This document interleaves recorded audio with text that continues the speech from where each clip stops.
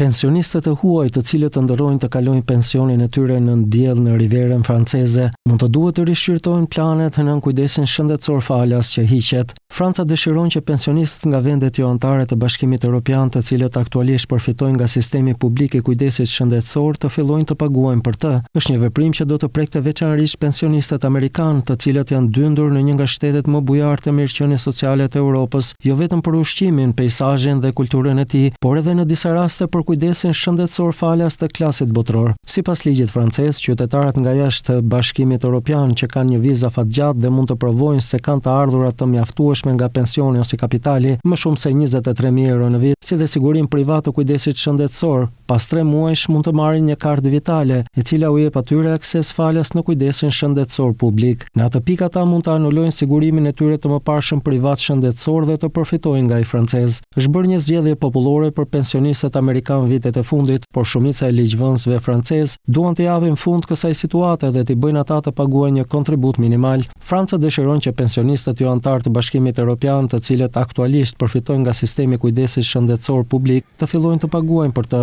Kjo ide tashmë është miratuar në parim këtë muaj gjatë diskutimeve buxhetore dhe mund të hyjë në fuqi vitin e ardhshëm, pasi qeveria e ka mbështetur gjithashtu atë.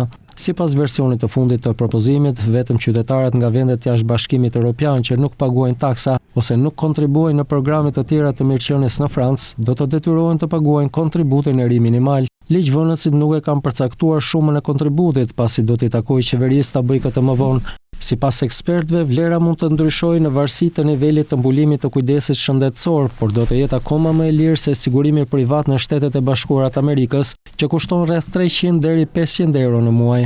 Debati vjen ndërsa Franca po përpiqet të ulë shpenzimin dhe të ulë deficitin e saj buxhetor në 5% të prodhimit të brendshëm bruto vitin e ardhshëm.